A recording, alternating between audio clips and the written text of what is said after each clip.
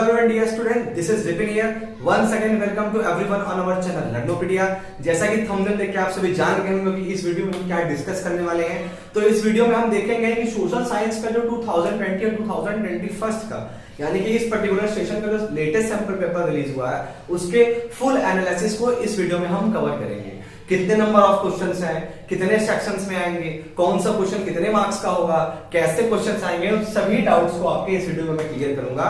तो वीडियो को पूरा लास्ट तक देखिएगा, एक एक पर्टिकुलर सेक्शन की एक एक क्वेश्चन का एक्सप्लेनेशन होगा। ठीक, तो चलो पहले देख लेते हैं कि कितने मार्क्स का क्वेश्चन है, कितने टाइम में करना है, नंबर ऑफ क्वेश्चंस कितने हैं, कौन कौन से सेक्शंस हैं। पहले थोड़ा सा इसको देख लेते हैं, इसके बाद फिर एक एक पर्टिकुलर क्वेश्चन के एकदम अच्छे तरीके से विद फुल एक्सप्लेनेशन एनालिसिस किया जाएगा। ठीक, तो देखिए मार्क्स आप सभी को पता है 80 होंगे और टाइम लिमिट जो हमारे पास है तो 3 आवर्स है। ठीक, और नंबर ऑफ क्वेश्चंस इस बार आपके 32 होंगे और 5 सेक्शंस में आपका पेपर डिवाइड होगा। कितने सेक्शंस में? 5 सेक्शन पेपर डिवाइड होगा और नंबर ऑफ क्वेश्चंस आपके 32 होंगे। ठीक, सेक्शन जो आपका सेक्शन ए है, सेक्शन ए में आपके क्वेश्चन नंबर 1 to 16 तक आएंगे, मतलब 16 क्वेश्चंस होंगे और हर एक पर्टिकुलर क्वेश्चन आपका 1 मार्क्स का होगा। मींस सेक्शन ए से टोटल आपको 16 मार्क्स मिलेंगे।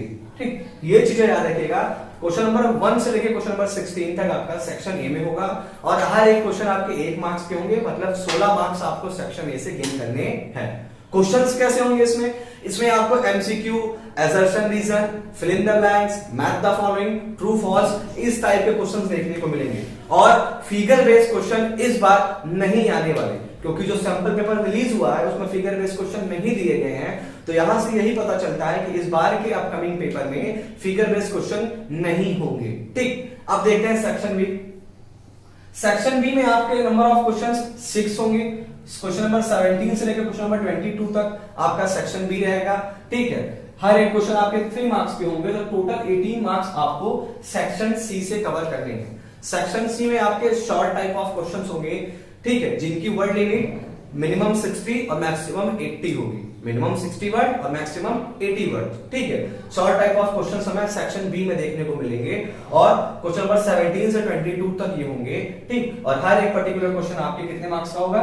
3 मार्क्स का होगा और नंबर ऑफ क्वेश्चन टोटल 6 है, तो 18 मार्क्स आपको सेक्शन बी से कवर करने हैं। ठीक, अब सेक्शन सी जो है वो इस बार नया है, अभी इसके पहले नहीं था। सोर्स बेस्ड क्वेश्चन है। सोर्स बेस्ड क्वेश्चन का मतलब क्या है? सोर्स बेस्ड क्वेश्चन का मतलब है कि आपको एक पैराग्राफ दिया गया होगा, उस पैराग्राफ को पढ़ना है, स्टोरी को, और नीचे दिए गए 4 एमसीक्यू के सही ऑप्शंस को टिक करना, जो कि आप अभी इस वीडियो में देखेंगे। ठीक, तो आप देखिए क्वेश्चन नंबर 23 से लेकर क्वेश्चन नंबर 26 4 क्वेश्चंस आपके होंगे सेक्शन सी में और हर एक पर्टिकुलर क्वेश्चन आपके 4 मार्क्स का होगा, तो टोटल 16 मार्क्स आपके इस पर्टिकुलर सेक्शन से भी है। कैसे क्वेश्चंस हैं इस सेक्शन से अभी आप सब देखेंगे इस वीडियो में, बस वीडियो के लास्ट तक बने रहिएगा। ओके, अब सेक्शन डी देखिए। सेक्शन डी में आपके 27 नंबर क्वेश्चन से 31 क्वेश्चन तक होंगे, मतलब कि 5 क्वेश्चंस आएंगे और हर एक क्वेश्चन आपके 5 मार्क्स का होगा। ठीक, मींस सेक्शन डी सबसे ज्यादा मार्क का है, 25 मार्क्स का, और ये आपके लॉन्ग टाइप ऑफ क्वेश्चंस होंगे जिनकी वर्ड लिमिट 100 to 120 वर्ड्स होगी। ठीक, जैसा कि आप अभी देखेंगे इस पर्टिकुलर वीडियो में लास्ट में कि कैसे क्वेश्चंस आपके लॉन्ग में इस बार आने वाले हैं। एक और चीज, इस बार ऑप्शंस आपको बहुत कम मिलेगा, जो और करके ऑप्शंस होते थे वो इस बार बहुत कम देखने को मिलेंगे। ठीक, अब लास्ट सेक्शन जो आपका है सेक्शन ई, इसमें केवल 1 क्वेश्चन होगा, क्वेश्चन नंबर 32, और ये आपके 5 मार्क्स का होगा। ठीक, 5 मार्क्स का आपका ये होगा, तो नंबर ऑफ क्वेश्चंस आपके 32 है, 80 मार्क्स है। सेक्शन ई के बारे में एक चीज आपको और बता दें, इसमें मैप आएगा और 2 नंबर का मैप आपके हिस्ट्री के, नेशनलिज्म इन इंडिया से आना है और 3 नंबर का मैप आपके ज्योग्राफी से आना है। ठीक, नेशनलिज्म इन इंडिया से जो मैप आपके आएगा 2 नंबर का, उसमें आपसे इवेंट पूछेगा कि बताओ जलियांवाला बाग कांड कहां हुआ था, दांडी मार्च कहां हुआ था, तो बस आपको उस इवेंट को याद रखना है और उसको मैप में मेंशन कर देना। लेकिन जो 3 नंबर का ज्योग्राफी होगा उसे हमें फाइंड आउट करके लोकेट करना होगा। ठीक, तो 5 नंबर का मैप, 3 आपके ज्योग्राफी से, 2 आपके हिस्ट्री के, नेशनलिज्म इन इंडिया से। ओके, तो ये नंबर ऑफ क्वेश्चन 32 है, टोटल 80 मार्क्स है। अब सेक्शन ए में कैसे क्वेश्चंस हैं, सेक्शन बी में कैसे क्वेश्चंस हैं, सेक्शन सी में कैसे हैं, डी और ई में कैसे हैं, कैसे क्वेश्चंस आए हैं, देखिए आप लोग वीडियो में कि इस वीडियो में मैंने डिस्कस किया है पूरा कि कैसे आपको क्वेश्चंस हैं।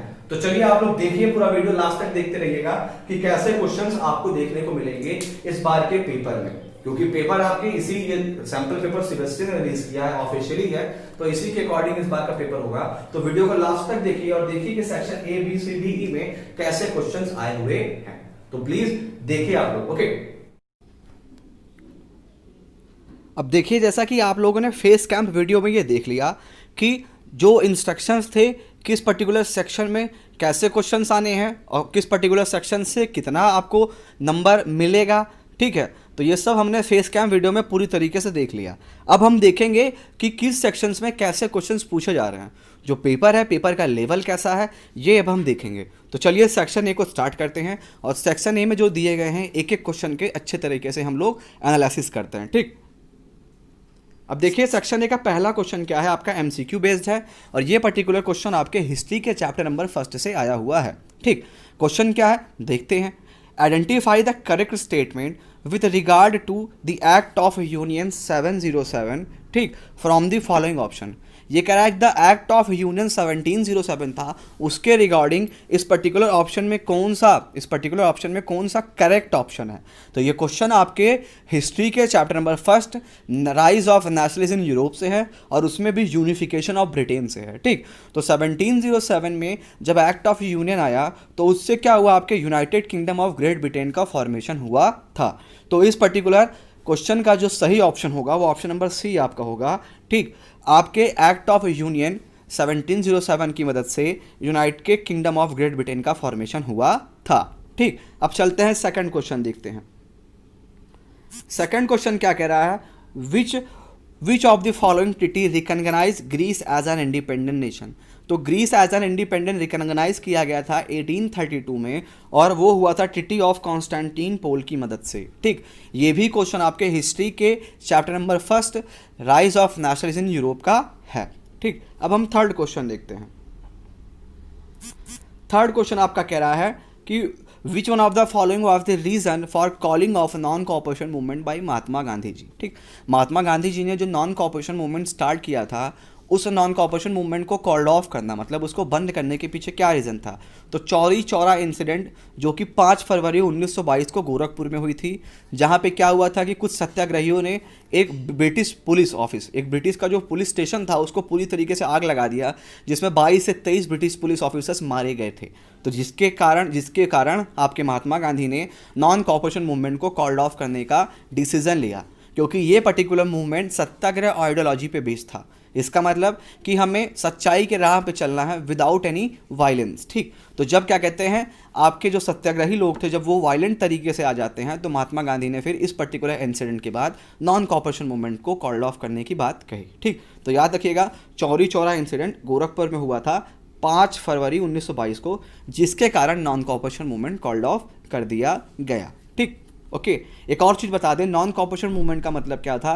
महात्मा गांधी की एक किताब थी हिंद स्वराज 1905, उसमें ये दिया गया था कि नॉन कॉपरेशन मूवमेंट का मतलब है कि एक ऐसा पर्टिकुलर मूवमेंट जिसमें हम ब्रिटिशर्स से कॉपरेट करने से रिफ्यूज़ करेंगे, तो ऐसा करने से क्या होगा कि कुछ ही सालों में उनकी गवर्नमेंट अपने आप ही कोलैप्स कर जाएगी। ओके, अब हम चलते हैं चौथे क्वेश्चन पे।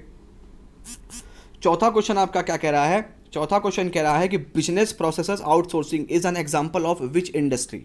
जो ये बिजनेस प्रोसेसेस आउटसोर्सेस है, ये किस पर्टिकुलर इंडस्ट्री का एग्जांपल है। तो इंफॉर्मेशन टेक्नोलॉजी, आईटी इंडस्ट्री का ये एक एग्जांपल है, क्योंकि आईटी इंडस्ट्री एक ऐसी इंडस्ट्री होती है जो क्या कहते हैं इंपोर्ट एक्सपोर्ट ज़्यादा करती है, जो फॉरेन एक्सचेंज ज़्यादा होता है। इस पर्टिकुलर इंडस्ट्रीज़ की मदद से फॉरेन एक्सचेंजमेंट ज़्यादा होते हैं, जो आपके बिजनेस प्रोसेसिंग आउटसोर्सिंग का एक एग्जांपल है। ओके, तो याद रखिएगा, इंफॉर्मेशन टेक्नोलॉजी आपकी एक ऐसी इंडस्ट्री है जो बिजनेस प्रोसेसिंग आउटसोर्सिंग का एग्जांपल है। आउटसोर्सिंग जैसे आप समझ में आ रहा होगा आपको, क्या कहते हैं आउटसोर्सिंग की बात हो रही है, मतलब कि फॉरेन एक्सचेंज की बात यहाँ पे हो रही है। और ये पर्टिकुलर क्वेश्चन आपके ज्योग्राफी के चैप्टर नंबर 6 का है, मतलब कि मैन्युफैक्चरिंग इंडस्ट्री का। ओके, अब देखिए और करके क्वेश्चन दिया गया है, green revolution has help dash industry to expand in different part of India. तो ये क्वेश्चन मैं आप लोगों के लिए छोड़ देता हूँ, जिसको भी इसका आंसर पता है प्लीज़ कमेंट सेक्शन में उस पर्टिकुलर आंसर को जरूर मेंशन करिए। ठीक, अब चलते हैं हम लोग 5th क्वेश्चन पे।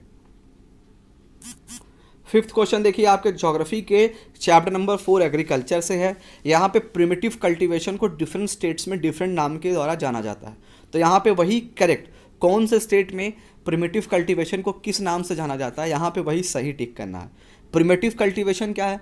प्रिमिटिव कल्टीवेशन एक ऐसे टाइप का कल्टीवेशन है जिसमें हम उतना ही फूड ग्रेन्स प्रोड्यूस करते हैं जितने से हमारा कंजप्शन चल सके, और ऐसे कल्टीवेशन में हम किसी मॉडर्न इक्विपमेंट का यूज़ नहीं करते, या आप कह सकते हैं कि हमारे पास कोई मॉडर्न इक्विपमेंट नहीं होता है। जो भी ट्रेडिशनल इक्विपमेंट होता है उसकी मदद से हम जो कल्टीवेशन करते हैं वो कहलाता है आपका प्रिमिटिव कल्टीवेशन। ठीक है, तो देखिए यहाँ पे इस पर्टिकुलर जो ये मैथ द फॉलोइंग दिया गया है इसका सही पेयर है दहिया। मध्य प्रदेश में प्रिमिटिव कल्टीवेशन को दाहिया कहते हैं। ओके, कुमारी आपके झारखंड में नहीं कहा जाता, कुमारी आपके कहा जाता है वेस्टर्न घाट में। खील आपके आंध्र प्रदेश में नहीं होता है। ठीक है, खील आपके आंध्र प्रदेश में नहीं है। आंध्र प्रदेश में जो नाम है आपके प्रिमिटिव कल्टीवेशन का वो है आपके पोंडू। ठीक है, पोंडू या पेंडू। ठीक, इसके बाद कुमान, कुमान आपके कर्नाटक में नहीं है। कुमान जो आपके होता है वो आपके उड़ीसा में होता है। उड़ीसा में जो प्रिमिटिव कल्टीवेशन परफॉर्म किया जाता है उसको कुमान कहते हैं। ठीक, तो आई होप आप लोगों को ये समझ में आ गया हो। आप लोग एक बार एग्रीकल्चर चैप्टर जब एनसीईआरटी का उठाएंगे या आप मेरे चैनल लर्नोपीडिया के साथ बने हुए हैं तो जब उस चैप्टर का एक्सप्लेनेशन हम करेंगे तो एक एक चीज़ को देखेंगे कि प्रिमिटिव कल्टीवेशन को किस स्टेट में किस नाम के द्वारा जाना जाता है। ओके, अब हम चलते हैं आगे। क्वेश्चन नंबर 6 क्या कह रहा है? Fill in the blanks, fill up करना है इसमें। बार्ले अगर रबी क्रॉप है, कॉटन अगर खरीफ क्रॉप है, तो डैश इन फॉलोइंग में से कौन सा ऐसा क्रॉप है जो जायद होगा? तो आपका कुकुम्बर जो है वो एक जायद क्रॉप है। ठीक है, कुकुम्बर आपका क्या है? एक जायद क्रॉप है। ठीक, जायद क्या होता है ये भी आपको बता दें। रबी क्रॉप्स मतलब कि विंटर के सीज़न में जो भी आपके क्रॉप्स का प्रोडक्शन होता है या विंटर के पूरे सीज़न को हम रबी सीज़न कहते हैं। इसके बाद आपके गर्मी जो समर का सीज़न होता है वो पूरा खरीफ सीज़न कहलाता है। तो इन दोनों सीज़न के बीच में एक जो शॉर्ट टर्म का सीज़न होता है वही पर्टिकुलर सीज़न आपका जायद सीज़न होता है, और इसमें ऐसे क्रॉप्स का प्रोडक्शन किया जाता है जिनमें जो रफेजेस होते हैं, जिनमें क्या कहते हैं वाटर की क्वांटिटी बहुत ज़्यादा होती है, फाइबर कंटेंट्स आपके क्रॉप्स, कुकुम्बर, वाटरमेलन, ये सारी चीज़ें। ठीक, अब हम आगे चलते हैं। क्वेश्चन नंबर 7 क्या कह रहा है? Identify the soil with the help of the following feature: red to brown in colour, sandy in texture and shallow in nature, lack humus and moisture. अब इन फीचर्स की मदद से आपको बताना है कि ये कौन सी सॉइल होगी। तो मैं आपको यहाँ पे ऑप्शन दे रहा हूँ, 3 ऑप्शन दे रहा हूँ। इन 3 ऑप्शन में से एक करेक्ट ऑप्शन है। आप लोग कमेंट सेक्शन में बताइए कि वो कौन सा करेक्ट ऑप्शन है। पहला ये एलुवियल सॉइल होगा, दूसरा ये लेटराइट सॉइल होगा, या तीसरा ये एराइट सॉइल होगा। अब इन्हीं तीनों सॉइल में से ये एक सॉइल है, तो जो आपको सही लगे आप उसको कमेंट सेक्शन में बताइए। ठीक, आगे चलते हैं 8 पे। 8 क्वेश्चन आपका क्या कह रहा है? A type of millet rich in iron, calcium, other macronutrients and roughage. ऐसा कौन सा मिलेट है जो आपके आयरन में, कैल्शियम में, अदर माइक्रोन्यूट्रिएंट्स में और रफेज में क्या कहते हैं आपके रिच है? तो ये आपका है रागी। ठीक है, रागी सबसे ज़्यादा प्रोड्यूस होता है राजस्थान में और इसको फिंगर मिलेट्स भी कहते हैं। ठीक, अब आगे चलते हैं। अब देखिए 9th वाला आप लोग देखिए, 9th वाला क्या कह रहा है? Population of Sri Lankan Tamil is concentrated in dash region of Sri Lanka. Sri Lanka के किस पर्टिकुलर रीजन में तमिल स्पीकर्स की पॉपुलेशन ज़्यादा थी? तो आपको बता दें जब लिट्टे फॉर्म किया गया आपके वीलू पिल्लई प्रभाकरन दी द्वारा 1976 में, तो जो लिट्टे एक मिलिटेंट ऑर्गेनाइजेशन बना था वो क्या डिमांड कर रहा था? वो डिमांड कर रहा था कि श्रीलंका का जो नॉर्थ ईस्ट पार्ट है वो हम तमिल स्पीकर्स को दे दिया जाए ताकि हम अपना एक सेपरेट स्टेट बना सकें। तो नॉर्थ ईस्ट रीजन की क्यों बात हो रही थी? क्योंकि नॉर्थ ईस्ट रीजन एक ऐसा रीजन था जहाँ पे तमिल स्पीकर्स आपके मेजॉरिटी में थे। ठीक, तो याद रखिएगा इस पर्टिकुलर क्वेश्चन का जो करेक्ट ऑप्शन है वो आपका ऑप्शन नंबर बी है, नॉर्थ ईस्ट। ओके, अब आगे चलते हैं। मेजॉरिटेरियनिज्म का मतलब क्या है? मेजॉरिटेरियनिज्म का मतलब देखिए 10वें क्वेश्चन में कह रहा है कि मेजॉरिटेरियनिज्म समझाइए या एथेनिसिटी समझाइए। तो मेजॉरिटेरियनिज्म का मतलब आपको बता दो सीधा सीधा, सिन्हालास ने क्या किया? सिन्हालास ने तमिल स्पीकर्स के ऊपर अपनी पूरी की पूरी डोमिनेशन को स्टैब्लिश कर दिया। वो फुल मेजॉरिटी में थे, ठीक, और उन्होंने अपनी मेजॉरिटी को एंजॉय किया। तो यहाँ पे आपको सीधा सीधा बता दूँ, जब भी कोई एक पर्टिकुलर कम्युनिटी अपनी मेजॉरिटी को एंजॉय करता है और सभी माइनॉरिटी कम्युनिटीज़ के ऊपर अपनी मेजॉरिटी को डोमिनेट कर देता है, अपनी सुप्रीमेसी स्टैब्लिश कर देता है, तो यही पर्टिकुलर चीज़ कहलाते हैं आपकी मेजॉरिटेरियनिज्म। ओके, अब एथेनिसिटी क्या है? एथेनिसिटी का मतलब होता है कि एक ऐसी पर्टिकुलर सोसाइटी जहाँ पे डिफरेंट कल्चर्स के लोग एक साथ रहते हों। ओके, तो आई होप ये दोनों आपको समझ में आ गया हो। अब हम चलते हैं अपने नेक्स्ट क्वेश्चन पे। हमारा नेक्स्ट क्वेश्चन क्या है, देखिए इस पर्टिकुलर सैम्पल पेपर का जो नेक्स्ट क्वेश्चन है, क्वेश्चन नंबर 11, वो कह रहा है which administrative authority legislate on residuary subjects, और नीचे यूनियन लिस्ट। तो रेसिडुअरी सब्जेक्ट्स पे और यूनियन सब्जेक्ट्स पे जिसकी अथॉरिटी होती है एडमिनिस्ट्रेशन करने की, वो होता है आपका central government. Okay, union list कैसे लिस्ट होते हैं? यूनियन लिस्ट एक ऐसे पर्टिकुलर लिस्ट होते हैं, यूनियन लिस्ट में ऐसे सब्जेक्ट्स आते हैं जो नेशनल और इंटरनेशनल इंपॉर्टेंस रखते हैं, जैसे कि defence, communication, banking, railway, foreign affairs, ये सब। और आपके यूनियन लिस्ट में 97 सब्जेक्ट्स आते हैं, और इन पे केवल और केवल आपके किसकी अथॉरिटी होती है? सेंट्रल गवर्नमेंट की। ओके, रेसिडुअरी सब्जेक्ट्स कैसे होते हैं? रेसिडुअरी सब्जेक्ट्स आपके ऐसे सब्जेक्ट्स हैं, जब हमारा कॉन्स्टिट्यूशन बनाया जा रहा था तो उस टाइम पे जो भी सब्जेक्ट्स थे उनको कंकरेंट लिस्ट में, स्टेट लिस्ट में और यूनियन लिस्ट में रख दिया गया। लेकिन कॉन्स्टिट्यूशन बनने के बाद आज के समय तक बहुत सारे आपके नए सब्जेक्ट्स भी आए, तो उन सभी नए सब्जेक्ट्स को रेसिडुअरी लिस्ट में रख दिया गया। और रेसिडुअरी लिस्ट पे आपके 52 सब्जेक्ट्स हैं, और इन पे वर्क करने का अधिकार केवल और केवल सेंट्रल गवर्नमेंट को है। वो सब्जेक्ट्स कैसे हैं देखते हैं। वो सब्जेक्ट्स आपके cyber crime, cyber law, population control, इसके बाद क्या कहते हैं वो पॉपुलेशन प्लानिंग, ऐसे कुछ सब्जेक्ट इसमें आपके आते हैं। ठीक, तो अब हम चलते हैं नेक्स्ट और क्वेश्चन नंबर 12 को देखते हैं। क्वेश्चन नंबर 12 क्या कह रहा है? Read the given data, find out which country has most equitable distribution of income. ये डाटा दिया गया है, इस डाटा की मदद से आप बताइए कि किस पर्टिकुलर कंट्री में most equitable distribution of income है। मतलब उसका अगर देखा जाए सभी सिटीजन्स का, तो एक एवरेज है, मतलब ज़्यादा उसमें क्या कहते हैं फ्लक्चुएशन नहीं है, ज़्यादा उतार चढ़ाव नहीं है, कहीं ना कहीं वो 100-200 का उसमें अंतर है। तो ऐसा केवल हमें एक ही दिखाई दे रहा है, वो आपका कंट्री ए है। तो इसका करेक्ट ऑप्शन क्या होगा? कंट्री ए। ओके, अब आगे चलते हैं। 13th क्वेश्चन क्या है? 13th क्वेश्चन क्या कह रहा है? Read the information given below and select the correct option. Information को रीड करिए और नीचे दिए गए ऑप्शंस में से टिक करिए कि कौन सा करेक्ट ऑप्शन है। अब देखिए क्या कह रहा है, पहले हम लोग पैराग्राफ को रीड कर लेते हैं। पैराग्राफ क्या कह रहा है इसको समझ लेते हैं। पैराग्राफ कह रहा है Mohan is an agriculture labourer, there are several month in a year when he has no work and needs credit to meet his daily expenses. Mohan एक एग्रीकल्चरल लेबर है और साल भर में ऐसे बहुत सारे महीने आते हैं जब उसको काम नहीं मिलता है। ठीक, तो जब काम नहीं मिलेगा तो उसको वेजेस भी नहीं मिलेंगे, और जब वेजेस नहीं मिलेगा तो उसका सर्वाइवल कैसे चलेगा? तो ऐसे पर्टिकुलर टाइम पीरियड में वो क्या करता है कि पैसा उधार में लेता है और उस उधार पैसे से अपने डेली एक्सपेंसेस को वो फुलफिल करता है। आगे, he depends upon his employer the land owners for credit who charge an interest rate of 5% per month. Mohan repay the money by working physically for the land owner on his farmland. ठीक, मैंने बताया कि जब मोहन के पास काम नहीं होता, क्योंकि मोहन पूरी तरीके से अपने काम पर ही डिपेंड है, लेकिन जब मोहन के पास काम नहीं होता तो उस कंडीशन पे वो लैंड ओनर से क्या लेता है? पैसा उधार लेता है, और लैंड ओनर्स उस उधार पैसे पे 5% इंटरेस्ट रेट पर मंथ के हिसाब से चार्ज करते हैं। तो मोहन उसको रीपे करने के लिए क्या करता है कि उन्हीं लैंड ओनर्स के फार्म लैंड पे फिजिकली लेबर करता है। ठीक है, मजदूरी करता है। तो अब बताइए दिए गए नीचे ऑप्शंस में से क्या चीज़ें हो सकती हैं? पहला, increase because of increasing rate, increasing interest and non payment of monthly amount. दूसरा, remain constant as he is working for the employer but is repaying less. C, reduce as amount equivalent to his salary is being counted as monthly repayment। या चौथा, be totally repaid as he is repaying the debt in the form of physical labor। तो ये question मैं आपके लिए छोड़ देता हूँ, बहुत ही कॉन्सेप्चुअल, बहुत ही मज़ेदार क्वेश्चन है, तो अपना दिमाग लगाइए और बताइए इसमें से क्या होगा। ये पर्टिकुलर क्वेश्चन किस चैप्टर से है मैं ये भी बता दूँ। ये पर्टिकुलर चैप्टर आपके economics chapter 3 money and credit से है, जिसमें formal and informal sources of credit के बारे में हम पढ़ते हैं। तो यहाँ पे जो पर्टिकुलर चीज़ें आपके रिप्रेजेंट हो रही हैं वो इनफॉर्मल सोर्स ऑफ क्रेडिट के बारे में बताया जा रहा है। ओके, आगे चलते हैं। अब देखिए और करके क्वेश्चन दिया है, most of the agriculture labourer like Mohan depends upon loan from informal sector, which of the following statement about this sector is correct. Informal source of credit क्या होता है और फॉर्मल सोर्स ऑफ क्रेडिट क्या होता है? Informal source of credit एक ऐसा sector होता है जहाँ पे हम क्या कहते हैं, मनी लेंडर्स या लैंड ओनर्स को प्रेफरेंस देते हैं, जहाँ पे हम जाते हैं विदाउट एनी कोलेटरल, तुरंत ही पैसा लोन पे ले लेते हैं, लेकिन उसका रेट ऑफ इंटरेस्ट बहुत ज़्यादा हाई होता है। और ये मनी लेंडर्स और लैंड ओनर्स क्या करते हैं, अपने पैसे को रीपे करने के लिए कोई भी अनफेयर प्रैक्टिस कर सकते हैं। और फॉर्मल सोर्स ऑफ क्रेडिट क्या होता है?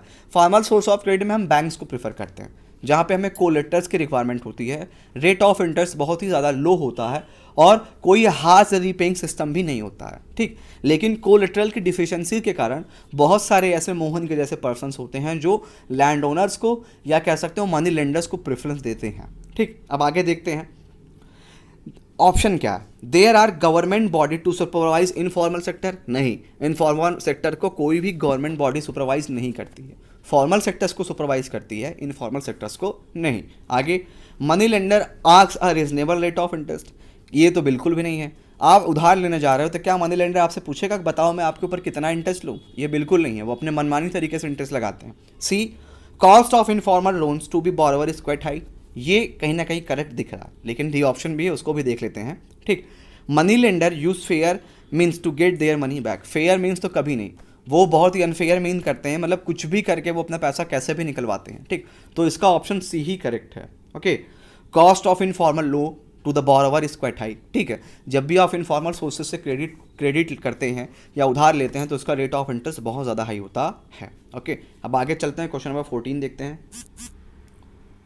क्वेश्चन नंबर 14 भी आपका मनी एंड क्रेडिट इकोनॉमिक्स के चैप्टर नंबर 3 से है। यहाँ पे पूछा कोलेटरल क्या है। तो कोलेटरल का मतलब होता है कि आपके डॉक्यूमेंट्स, आपके एसेट्स के जो डॉक्यूमेंट्स होते हैं, जब आपको फॉर्मल सोर्स से क्रेडिट चाहती है तो आपको वहाँ पे कोलेटरल सबमिट करना होता है।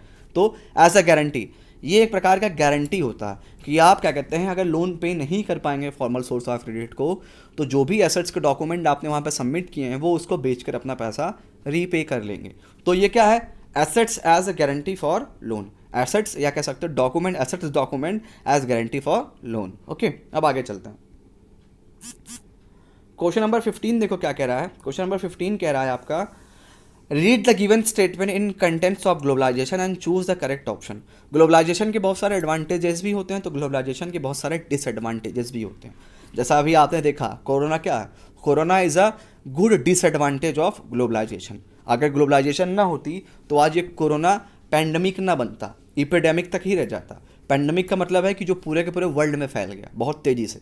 तो ये ग्लोबलाइजेशन की ही देन है कि कोरोना आज पूरे विश्व में कहर मचाए हुए है, ओके। अब आगे देखते हैं इन ऑप्शन क्या है, ठीक। It is only way for economic development of country, नहीं। दूसरा, interlink only production based countries in dispersal location in the world, ये भी नहीं है। तीसरा, it has always give only positive result in all the countries. अगर positive result देता तो कोरोना थोड़ी ना होता।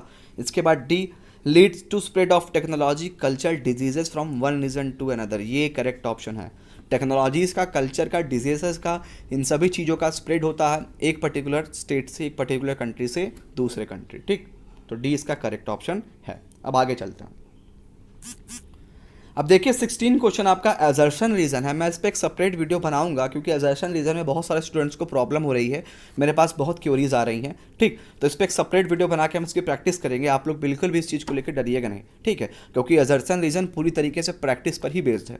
अगर अच्छे से प्रैक्टिस हम करेंगे 10-12 क्वेश्चन की, तो आई होप आप सभी इसको अच्छे से कर ले जाएंगे, ठीक। तो देखते हैं।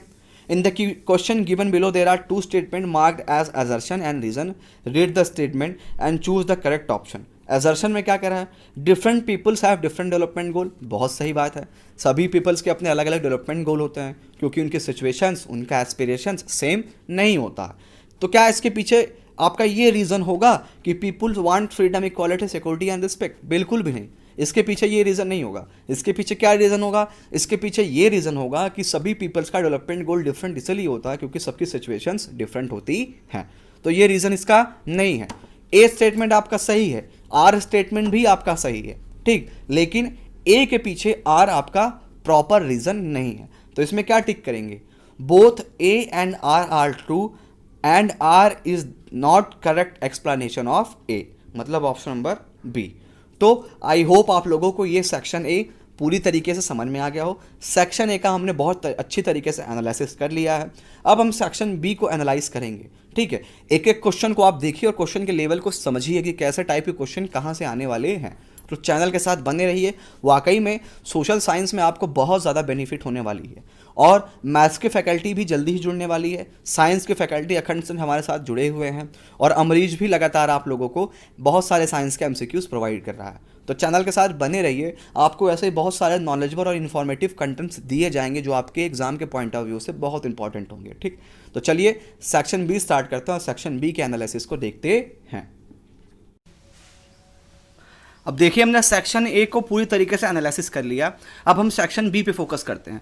सेक्शन बी में मैंने आपको बता दिया था, जैसा कि आपने फेस कैम वीडियो में देखा था, कि सेक्शन बी में आपके नंबर ऑफ क्वेश्चन 6 होंगे और हर एक पर्टिकुलर क्वेश्चन आपके 3 मार्क्स का होगा। तो टोटल 18 मार्क्स हमको यहाँ से कवर करने हैं इस पर्टिकुलर सेक्शन से। और इस सेक्शन में आपके शॉर्ट टाइप ऑफ क्वेश्चंस आएंगे जिनकी वर्ड लिमिट है मिनिमम 60, मैक्सिमम 80। तो चलो इन क्वेश्चंस को देखते हैं और एक एक क्वेश्चन को अच्छी तरीके से एनालिसिस करते हैं। ठीक, पहला क्वेश्चन क्या है?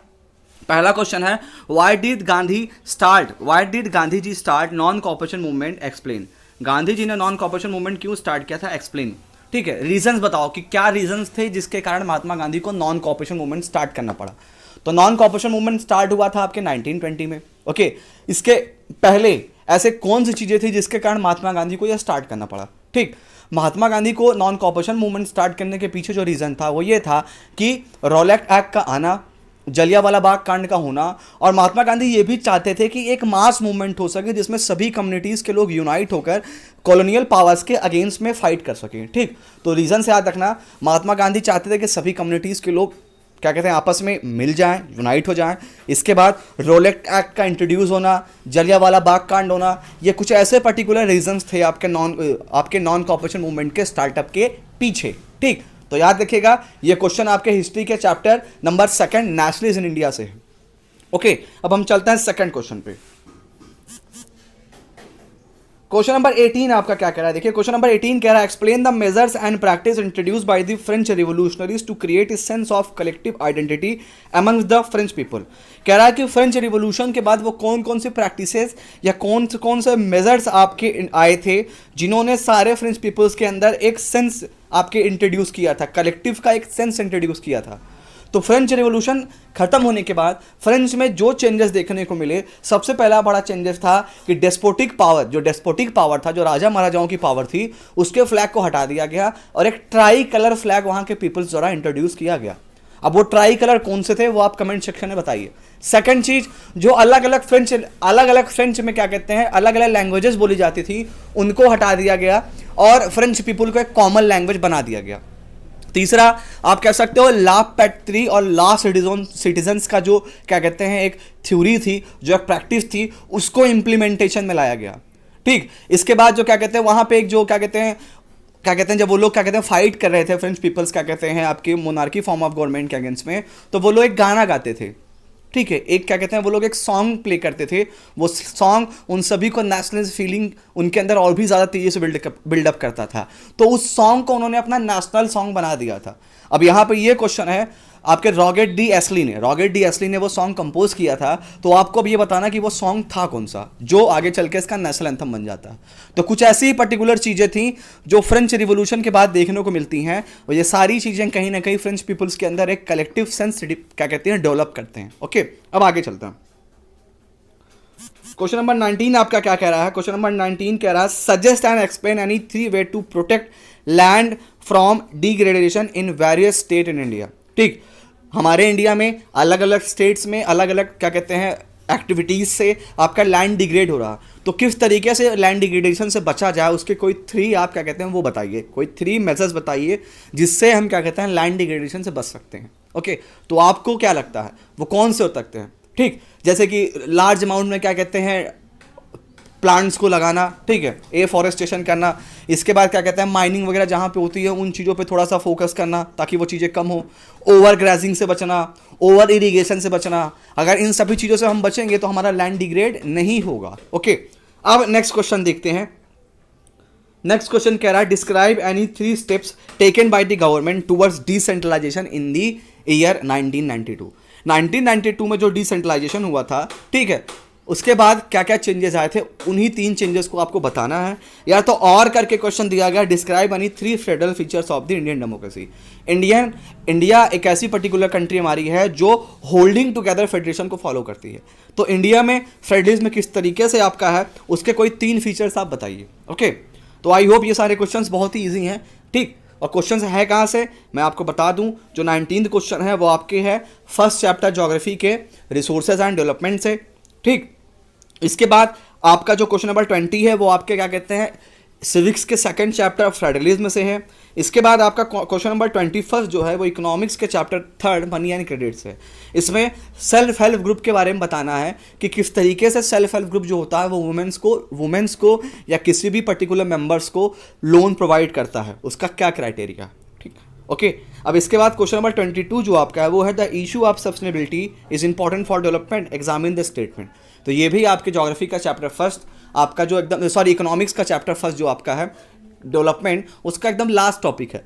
क्या सस्टेनेबल फॉर्म ऑफ रिसोर्सेज को डेवलप करने की बात की जा रही है, क्या इसका इशू वाकई में कंट्री के डेवलपमेंट के लिए इंपॉर्टेंट है, तो बताइए, ठीक। सस्टेनेबल डेवलपमेंट आप सभी को बताना है कि एक ऐसा डेवलपमेंट होता है जिसमें हम ऐसे रिसोर्सेज को डेवलप करते हैं जो हमारी ज़रूरतों को पूरा भी कर दे और एनवायरनमेंट को हार्मफुल भी ना क्रिएट करे। ओके, तो आपको बताना है कि क्या सस्टेनेबिलिटी का इशू कंट्री के डेवलपमेंट के लिए वाकई में इंपॉर्टेंट है, क्या हमें कंट्री का डेवलपमेंट सस्टेनेबल फॉर्म में करना चाहिए, अगर हम अनसस्टेनेबल फॉर्म में करेंगे तो इससे कंट्री पे क्या इफेक्ट्स पड़ेंगे, ये सारी चीज़ें इस क्वेश्चन में आपको एक्सप्लेन करनी है। ओके, अब आगे चलते हैं और क्वेश्चन सेक्शन सी कवर करते हैं। सेक्शन सी मैंने बताया ना कि इस बार एक नया है, सोर्स बेस्ड क्वेश्चन आने वाले हैं और 4 क्वेश्चंस आपके आएंगे और चारों क्वेश्चंस आपके 4-4 मार्क्स के होंगे। इसमें क्या होगा कि ऊपर दिया गया जो सोर्स है, ऊपर दिया गया जो पैराग्राफ है, उसको पढ़कर नीचे दिए गए 4 MCQs के सही ऑप्शंस को टिक करना है, ठीक। तो चलिए पहला सोर्स बेस्ड अच्छे तरीके से करते हैं जो कि आपके हिस्ट्री के chapter first rise of nationalism in Europe से है, ठीक। अब देखते हैं यहाँ पे ये बड़े देखिए पूरा पैराग्राफ दिया गया, आप देख सकते हैं कि ये पूरा का पूरा क्या है, ये पैराग्राफ है। इस पर्टिकुलर पैराग्राफ को, इस सोर्स को रीड करना है और नीचे दिए गए क्या कहते हैं आपको, ये देखिए MCQs हैं, इनके सही ऑप्शंस को टिक करना है, ठीक। तो चलिए देखते हैं। मैं पैराग्राफ रीड नहीं करूंगा क्योंकि ऑलरेडी ये मुझे आ रहा है, लेकिन आप लोग एज अ स्टूडेंट है तो आप पहले पैराग्राफ रीड करेंगे, आफ्टर देन आप इन क्वेश्चंस को अटेंड करेंगे। जिसने बहुत ही अच्छी तरीके से पढ़ा है, जिसका कॉन्सेप्ट क्लियर है हर एक टॉपिक को लेकर, वही सोर्स बेस्ड क्वेश्चन में 16 आउट ऑफ 16 कर पाएगा। अदरवाइज अगर आपने रटा है तो बहुत ही कम आपके चांसेस बनेंगे कि आप 16 आउट ऑफ 16 यहाँ से गेन कर पाएं। ओके, पहला क्वेश्चन क्या कह रहा है, विच one of the following statement correctly described about the European conservatism ideology. Europe में जो कंजर्वेटिज्म आइडियोलॉजी के पर्सन्स थे उनके बारे में इन फॉलोइंग ऑप्शंस में से कौन सी चीज़ें एकदम सही बता रही हैं, ठीक। तो preservation of believes introduce by Napoleon ने जो क्या कहते हैं इंट्रोड्यूस आपके 1804 का जो सिविल कोड था उसके द्वारा जो उसने चेंजेस इंट्रोड्यूस किए थे, क्या उसको प्रिजर्व करना, बिल्कुल भी नहीं ये चाहते थे। ये मानते थे कि नेपोलियन ने जो चेंजेस किए हैं अगर उस चेंजेस को हम इंप्लीमेंट करें तो हमारी सोसाइटी और भी ज़्यादा स्ट्रांग होगी, लेकिन उसको ये प्रिजर्व नहीं करना चाहते थे, ठीक, मानते थे बस। आगे, preserve of 2 sects of Christianity, बिल्कुल भी नहीं। Preservation of socialist ideology in economic sphere, बिल्कुल भी नहीं। तो लास्ट वाला क्या है, preservation of traditionalist believe in state and society.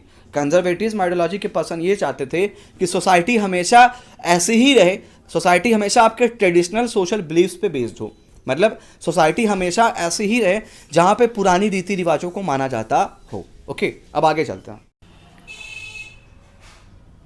अब देखिए सेकंड, आप लोग सेकंड MCQ देखिए, मतलब कि 23.2 MCQ को देखिए। इसमें क्या कह रहा है, identify the purpose to convince the winner of Congress in 1815 from the following option. इन फॉलोइंग ऑप्शन से बताइए कौन सा करेक्ट ऑप्शन आपके ट्रीटी ऑफ विना को लेकर करेक्ट है, ठीक। तो आपका यहाँ पे ऑप्शन नंबर जो आपका क्या कहते हैं सेकंड है, to restore conservative design in Europe, ठीक। हुआ क्या था ट्रीटी ऑफ विना में, treaty of Vienna battle of Waterloo के बाद की गई थी। इसको होस्ट किया था आपके ड्यूक मेटर्निस ने। उसने क्या किया कि फ्रांस और फ्रांस के साथ साथ उसके हर वो नेबरिंग प्लेस जहाँ पे आपके नेपोलियन बोनापार्ट ने अपना राज जमा रखा था, उन सभी जगहों पे उसने फिर से कंजर्वेटिज्म आइडियोलॉजी को रिस्टोर कर दिया था, ठीक है। तो आई होप आप लोग को समझ में आ गया हो। अब हम चलते हैं थर्ड वाले पे। देखिए थर्ड क्वेश्चन क्या कह रहा है, what did conservative focus on at Congress of Vienna, select the appropriate option. Congress of Vienna में उनका किस पे फोकस था, to re-establish peace and stability in Europe, to establish socialism in Europe, to introduce democracy in France, to set up a new parliament in Austria.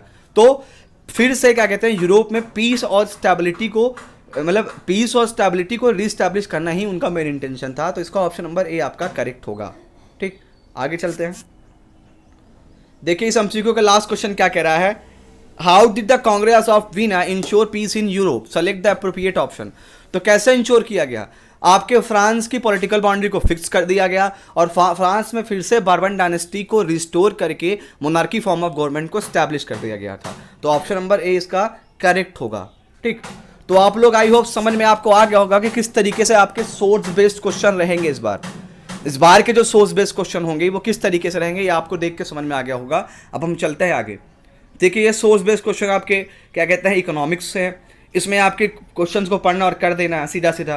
देखिए जैसे पहला question क्या कह रहा है, manufacturing industries fall and dash agriculture is fall. तो manufacturing आपके secondary में आती है और एग्रीकल्चर आपकी किस में आती है, प्राइमरी में। तो ऑप्शन डी इसका करेक्ट होगा। ऑप्शन डी इसका क्या होगा, करेक्ट होगा। तो ऐसा ही देख देख के पढ़ के हमें करना है समझ के। ओके, अब आगे चलते हैं। ये वाला देखिए आपके डेमोक्रेसी से रिलेटेड है। यहां पे कह रहा है people rights to choose their own rulers is called right to vote. क्या कहते हैं इसको, राइट टू वोट। तो ऐसे ही हम लोग को पढ़ के समझ के करना होगा, बहुत ही इजी है, कुछ भी इसमें नहीं है। अब हम आ गए हैं अपने सेक्शन डी पे, जिसमें 5 क्वेश्चंस आने और सभी क्वेश्चंस आपके 5 मार्क्स के होंगे। और सबसे ज्यादा अगर किसी पर्टिकुलर सेक्शन से हमें मार्क्स मिलेगा तो वो यही सेक्शन है। यहाँ पे हमको जो भी आंसर्स लिखने हैं उनके वर्ड लिमिट 100 to 120 होंगे और अच्छी तरीके से हमको उन आंसर्स को लिखना है। मोस्टली आंसर्स को कोशिश करेगा कि आप पॉइंट में लिखें, ताकि उसका एक अच्छा इंप्रेशन आपके एग्जामिनर के माइंड पे क्रिएट होता है और फुल मार्क्स मिलने के चांसेस होते हैं। ठीक, पहला क्वेश्चन क्या कह रहा है, how did people belongings to different community regions और language grow developed a sense of collective belonging in 19th century India, explain. कह रहा है कि इंडिया में 19th सेंचुरी में जब कॉलोनियल के अगेंस्ट हम फाइट कर रहे थे तो हमारे यहाँ पे डिफरेंट कम्युनिटीज़ थी, अलग अलग रीजन से बिलोंग करती थी, उनकी लैंग्वेजेस अलग थी, लेकिन उनके बीच में एक सेंस कैसे कलेक्ट हुआ, आपके क्या कहते हैं, एक सेंस कैसे कलेक्ट हुआ, कैसे वो लोग यूनाइट हुए। तो सभी का जो एक मेन इंटेंशन था वो ये था कि हमको नेशनलिज्म की, मतलब सभी का जो ये मेन इंटेंशन था वो ये था कि हमें आज़ादी चाहिए, हमें स्वराज चाहिए। और उसी पर्टिकुलर चीज़ ने उनके अंदर नेशनलिज्म की भावना क्रिएट की थी, जिसके साथ वो सभी यूनाइट हुए और यूनाइट होकर वो कॉलोनियल पावर्स के अगेंस्ट में लड़े। ठीक, आप लोग बिल्कुल भी मत डरिएगा, जब इन सभी चैप्टर्स का एक्सप्लेनेशन, इन सभी चैप्टर्स के वीडियो जल्दी ही आपको लर्नोपीडिया चैनल पे मिल जाएंगे, तो आप लोग वहाँ से पर्टिकुलर उस वीडियोस को देखकर इजीली इन सभी क्वेश्चंस के आंसर कर पाएंगे। और एक और चीज़ बता दूँ, जल्दी ही जब पूरे चैप्टर्स के एक्सप्लेनेशन कवर हो जाएंगे तो अपने चैनल पर मैं इसी सैम्पल पेपर के अकॉर्डिंग 10 टेस्ट पेपर या 10 मॉडल पेपर जो मेरे सेल्फ मेड कंटेंट्स होंगे, मेरे एक्सपीरियंस पे बेस्ड होंगे, उनको मैं लॉन्च करूंगा। और वो सारे के सारे मॉडल पेपर्स अगर आपने सॉल्व कर लिए तो उसके बाहर से क्वेश्चंस नहीं आने हैं, और गारंटी लेते हैं कि इस मॉडल पेपर की मदद से आप सभी एसएसटी में अच्छा मार्क स्कोर कर सकेंगे। ओके, अब आगे चलते हैं। देखिए ये भी चैप्टर क्या कहते हैं, यहाँ पे क्या कह रहा है, आपके और करके क्वेश्चन है और कह रहा है explain the meaning and notion of swaraj as perceived by the plantation workers, how did they respond to the call of non cooperation movement. ठीक, नॉन कॉपरेशन मूवमेंट्स में आपके प्लांटेशन वर्कर्स ने क्या रोल प्ले किया था, और जब non cooperation movement called off हो गया तो उनका रिएक्शन क्या था, उनका रिस्पॉन्ड क्या था, ये बताना है। ठीक, अब आगे चलते हैं। क्वेश्चन नंबर 28 क्या कह रहा है, क्वेश्चन नंबर 28 कह रहा है आपका describe the role of mass communication in India. Mass communication का इंडिया में क्या रोल है, इसको अच्छे से डिस्क्राइब करिए। तो मास कम्युनिकेशन का मतलब होता है एक ऐसा पर्टिकुलर कम्युनिकेशन जो एक ही टाइम पे लार्ज नंबर ऑफ पॉपुलेशंस को कनेक्ट करता है। ठीक, अब देखिए इसके बाद और में क्या गया, describe the benefits of roadway. Roadway का बेनिफिट क्या है, ये डोर टू डोर कनेक्ट करता है, इसके बाद मार्केटिंग को बढ़ाता है। ठीक है, काफ़ी चीज़ें इसके आपके बेनिफिट्स में होंगे। ये लाइफ लाइन ऑफ इकोनॉमी से है, आपके ज्योग्राफी के लास्ट चैप्टर से, उसका एक्सप्लेनेशन जब हम कवर करेंगे इस पर्टिकुलर अपने चैनल पे, तो अच्छी तरीके से आप इन क्वेश्चंस को कर ले जाएंगे। ओके, इसके बाद देखिए क्वेश्चन नंबर 29 क्या कह रहा है, suggest and explain any 5 way to reform political party in India. Suggest करिए और बताइए, सजेस्ट करिए और एक्सप्लेन करिए कि कौन कौन से 5 बदलाव हमारे इंडिया के पॉलिटिकल पार्टी सिस्टम में होने चाहिए। तो ये पॉलिटिकल पार्टीज से है, आपके पॉलिटिकल पार्टीज का लास्ट टॉपिक है, और पॉलिटिकल पार्टीज आपके ज्योग्राफी, आपके सिविक्स का चैप्टर नंबर 6 है। ठीक, इसके बाद 30 क्वेश्चन कह रहा है power sharing is the essence of democratic government, examine the statement. तो सिविक्स का जो पहला चैप्टर है आपका पावर शेयरिंग, ये वहीं से क्वेश्चन है। कह रहा क्या पावर शेयरिंग ज़रूरी है डेमोक्रेटिक फॉर्म ऑफ गवर्नमेंट में? हाँ, बहुत ज़रूरी है। क्यों? क्योंकि पावर शेयरिंग दो चीज़ों की मदद से ज़रूरी है, एक उसका प्रूडेंशियल रीज़न, एक उसका मॉरल रीज़न। बता देना सिंपली, ठीक। और इस पर्टिकुलर चैप्टर का क्या कहते हैं वीडियो ऑलरेडी लर्नोपीडिया चैनल पे अपलोड हो चुका है, तो आप लोग वहाँ से जाके उस चैप्टर्स के वीडियोज़ देख सकते हैं। ओके, अब आगे चलते हैं। क्वेश्चन नंबर 31 आपके इकोनॉमिक्स के चैप्टर सेकंड से है, इंडियन इकोनॉमिक सेक्टर से। ये क्वेश्चन क्या कह रहा है? Tertiary sector is playing a significant role in the development of Indian economy, justify the statement. क्या टर्शरी सेक्टर किसी पर्टिकुलर इंडियन कंट्री के इकोनॉमी में एक बहुत ही सिग्निफिकेंट रोल प्ले करता है? ठीक, बताइए। और करके क्वेश्चन क्या है? Public sector contribute to the economic development of India, justify the statement. दोनों का मतलब एक ही है, पब्लिक सेक्टर कह लो या टर्शरी सेक्टर कह लो, इसका क्या रोल है हमारे कंट्री के इकोनॉमिक डेवलपमेंट में, यही बताना। ठीक, तो टर्शरी सेक्टर सभी जानते हैं, टर्शरी सेक्टर एक ऐसा सेक्टर होता है जो large number of employment generate करता है, सर्विसेज प्रोवाइड करता है। और इसका क्या कहते हैं, यही एक ऐसा सेक्टर है जो कंट्री में कंट्री के मतलब यहाँ से टैक्सेस बहुत ज़्यादा आते हैं, जीडीपी में बहुत ज़्यादा कंट्रीब्यूट करता है। तो इसका कंट्री के इकोनॉमिक कंडीशन में क्या रोल होता है डेवलपमेंट में, वही बताना है। ठीक, तो इसका वीडियो भी जल्दी ही आएगा लर्नोपीडिया चैनल्स पे। एक्सप्लेनेशन कवर करने के बाद आप लोग इजीली इन सभी क्वेश्चंस को कर पाएंगे। और अगर किसी बच्चे को नोट्स की रिक्वायरमेंट है किसी भी पर्टिकुलर चैप्टर के, तो नीचे डिस्क्रिप्शन में दिए गए व्हाट्सएप नंबर पे आप मुझे मैसेज करके नोट्स ले सकते हैं। ओके, आगे चलते हैं। ठीक, अब देखिए सेक्शन सी आपका मैप बेस्ड क्वेश्चन है और ये 5 मार्क्स का है। 2 नंबर के मैप आपके नेशनलिज्म इन इंडिया से आने हैं, हिस्ट्री से, और 3 नंबर का मैप आपके ज्योग्राफी से आना है। ठीक, नेशनलिज्म इन इंडिया वाला तो बहुत ईजी है, इवेंट्स केवल दिया है, इवेंट्स याद करके उस पर्टिकुलर इवेंट को हमें मेंशन कर देना है। लेकिन जो ज्योग्राफी के हमारे मैप्स है, इसको इंडिया के इंटरनली पॉलिटिकल मैप्स की लाइंस की मदद से हम इसे सॉल्व करेंगे। तो मैप्स का भी क्वेश्चन जल्दी, मैप्स के भी वीडियो लर्नोपीडिया चैनल पे आ जाएंगे, तो वहाँ से आप इन्हें भी इजीली कर पाएंगे। तो ये फुल एनालिसिस था इस बार के लेटेस्ट सैम्पल पेपर का। अगर किसी स्टूडेंट को कोई डाउट है, कोई कॉम्प्लिकेशन है, तो वो कमेंट सेक्शन में कमेंट करे अपने डाउट और अपने क्या कहते हैं कॉम्प्लिकेशन को। ठीक, तो फुल एक्सप्लेनेशन इसका कवर हो गया, फुल एनालिसिस हमने कर लिया है। ठीक, इसके बाद जल्दी ही आपको सभी चैप्टर्स के एक्सप्लेनेशन वीडियो हमारे चैनल लर्नोपीडिया पे मिलते रहेंगे। ठीक है, चैनल के साथ बने रहिए, ये चैनल आप सभी के लिए बहुत ज़्यादा बेनिफिशियल है। मिलते हैं नेक्स्ट वीडियो के लिए, तब तक बी सेफ, बी के।